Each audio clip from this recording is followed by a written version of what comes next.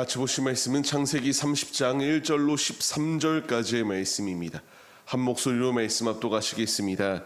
라헬이 자기가 야곱에게서 아들을 낳지 못함을 보고 그의 언니를 시기하여 야곱에게 이르되 내게 자식을 낳게 하라. 그렇지 아니하면 내가 죽겠노라.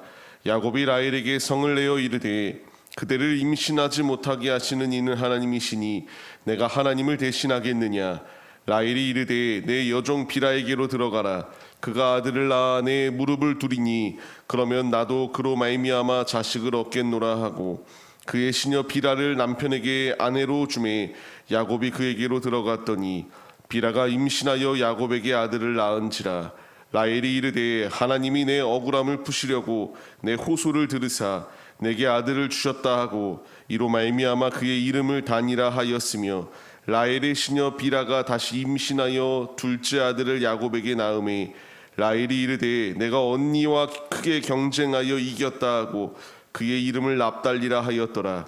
레아가 자기의 출산이 멈춤을 보고 그의 시녀 실바를 데려다가 야곱에게 주어 아내로 삼게 하였더니 레아의 시녀 실바가 야곱에게서 아들을 낳음에 레아가 이르되 복되도다 하고 그의 이름을 가시라 하였으며 레아의 시녀 실바가 둘째 아들을 야곱에게 낳음에 레아가 이르되 기쁘도다 모든 딸들이 나를 기쁜 자라 하리로다 하고 그의 이름을 아셀이라 하였더라. 아멘. 할렐루야. 오늘도 예배의 자리 가운데 모이신 성도님들 주님의 이름으로 환영하고 축복합니다. 같이 나눌 말씀의 제목은 질투를 주의하라 라는 말씀의 제목 가운데서 은혜를 나누도록 하겠습니다. 우리가 지금 이 시대는 굉장히 정보력이 발달한 시대입니다. 우리 젊은이들 사이로 퍼져나가는 게 SNS라는 게 있는데요.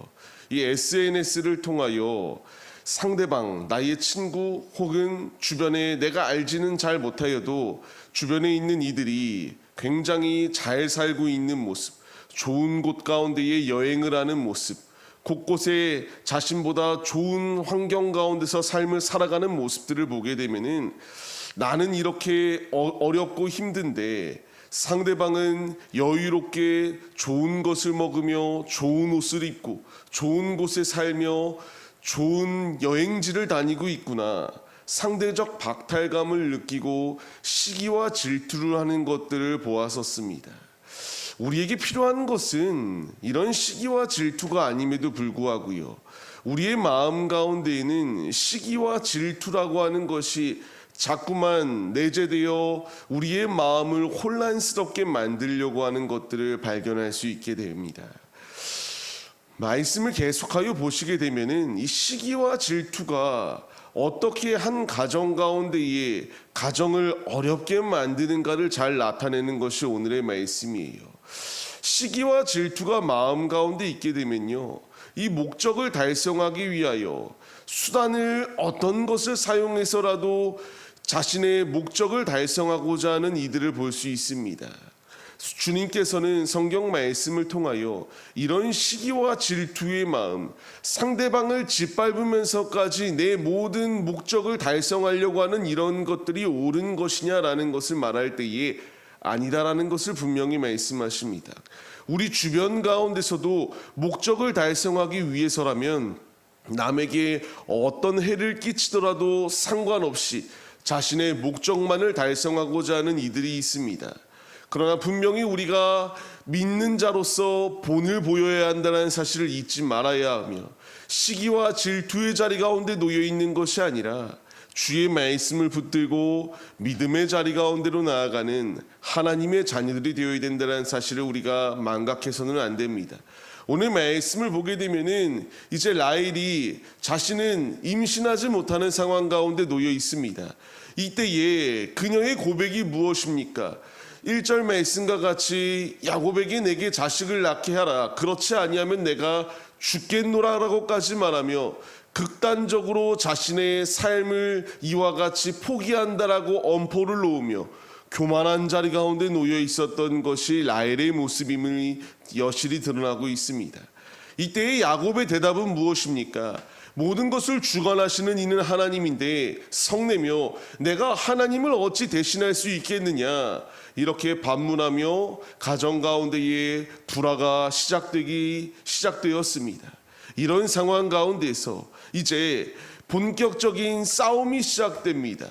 어떤 싸움이 시작되었습니까? 말씀을 읽었던 것처럼 자신의 이 언니와의 싸움 가운데서 승리하고자 여종을 자신의 남편에게 주어서 아들들을 낳게 하였고, 이에 질세라 레아 역시도 자신의 여종을 이와 같이 야곱에게 주어서 자신의 몸종들을 통하여 아들들을 낳게 하는 이런 수단과 방법을 가리지 아니하였던 모습이 그들 가운데 나옵니다. 말씀을 보게 되면은 자신이 언니와 싸워서 크게 이겼다라고 하며 아들의 이름을 짓기도 하고요. 끊임없이 모든 것을 자신들의 힘으로 이와 같이 지지 않겠노라고 하는 이 자존심 가운데에서 싸움을 벌였던 이들의 모습이 나타나게 됩니다. 우리가 말씀 가운데서 분명히 얻어야 될 교훈이 무엇이겠습니까? 교만함은 어떤 부분 가운데서도 유익함이 없다는 사실 우리가 잊지 말아야 합니다. 주께서 우리에게 원하시는 것은 교만이 아니라 순종하며 주님의 때를 기다릴 수 있는 믿음의 모습이 우리 안에 있기를 원하고 계세요. 하지만 이들은 자신의 방법대로, 야곱이 그러하였던 것처럼 자신들도 자신의 방법으로 문제를 타파하고자 하였던 모습이 이들의 모습이었다라는 것을 분명하게 말씀해 주십니다. 우리가 얻어야 될 교훈이 분명합니다. 이제 우리는 내 삶의 자리 가운데서 시기와 질투의 마음이 내 안에 있지 않기 위하여 날마다 마음을 제어해야 됩니다. 이 시기와 질투는 그냥 내 마음 가운데서만 이런 생각을 하고 마는 것이 아니라 은연중에 나의 말로, 나의 행동으로 우리의 안 좋은 모습들이 드러날 수 있기에 우리는 제어해야 됨을 잊지 말아야 됩니다. 삶을 시작하는 성도님들, 주님께서 우리에게 주시는 이 말씀 가운데 우리가 깨달음을 얻어서 이들의 모습과 같은 길을 걸어서는 안 됩니다. 그렇다면 왜 굳이 이런 아픈 가정사가 이런 창세기의 말씀에 기록될 수밖에 없었는가라는 것을 우리가 생각해 봐야 돼요. 하나님은 천을 꿰매고 있는 상황입니다. 어찌 보면은 이렇게 어느 가정 가운데서나 있을 법한 일들, 그리고 우리의 일상생활 가운데서도 있을 법한 일들, 이런 가운데서 이 모난 부분들, 찢어진 부분들을 꿰매시고 하나님께서 이스라엘이라고 하는 하나님의 나라를 완성시켜 나아가는 것처럼 이제 이 말씀을 나에게 주시는 분명한 이유는 이렇게 불완전한 우리의 삶 가운데서 꿰매시고 주님께서 붙이셔서 우리의 삶을 영적 이스라엘로 온전히 승리할 수 있도록 하나님의 자녀로서의 삶을 살아내게 하기 위한 주님의 분명한 뜻이 예비되어져 있다는 것을 우리에게 말씀해 주십니다. 이제 우리는 이 말씀에 반응하여서 우리가 시기와 질투하는 데에 앞장서는 것이 아니라 남이 잘 될 때에 같이 기뻐해 줄 수 있는 마음, 남이 아파할 때에 같이 울어주며 우는 자의 위로자가 되어줄 수 있는 이러한 믿음의 모습으로 서는 것이 하나님의 자녀의 합당한 삶의 모습임을 우리에게 분명히 말씀해 주십니다.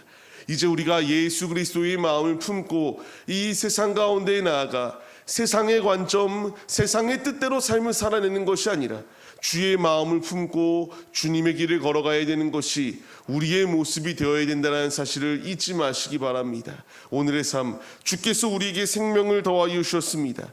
야곱은 자신이 장자의 축복을 받을 때나 라헬을 얻고자 할 때에 주도적으로 일하였던 이 모습은 말씀을 보면은 없습니다. 이리저리 끌려다니며 여종들과 이와 같이 아내로 맺고 끊임없이 분란만이 나타나고 있었던 것이 이들의 모습이에요. 이제 우리는 믿음의 기초를 바로 세워나가야 됩니다. 흔들리지 아니하는 믿음, 견고한 믿음으로 서서 흔들림의 자리 가운데서 우리 역시 같이 갈팡질팡 갈 바를 알지 못하고 흔들리는 것이 아니라 말씀에 기반하여, 말씀에 기초하여 흔들리지 아니하는 믿음의 반석 위에 든든히 서서 주의의 소리 가운데에 주의의 이 잘됨의 시기와 질투의 마음 가운데 놓여 있는 것이 아니라 오직 주의 마음을 품고 믿음의 자리로 나아가는 것이 우리에게 필요하다라는 사실을 잊지 말아야 합니다. 이제 우리가 말씀에 반응하여서 주께서 우리에게 분명히 말씀을 주십니다. 예수님께서 공생의 시기 가운데에 이 모든 말씀 가운데 있어 시기와 질투를 하셨던 것이 아니라 앞서 말씀드리는 것처럼 같이 웃는 자를 위하여 웃어주시고 슬퍼하는 자를 위하여 같이 울어주셨던 것이 예수님이시다. 이제 우리가 예수님의 마음을 품고 삶의 자리 가운데서 시기와 질투는 제어하고 오직 우리의 삶으로 주님의 살아계심을 나타내는 그리스도의 심장을 가지고 삶을 살아내시는 우리 모두의 모습이 되시기를 주님의 이름으로 간절히 축원합니다.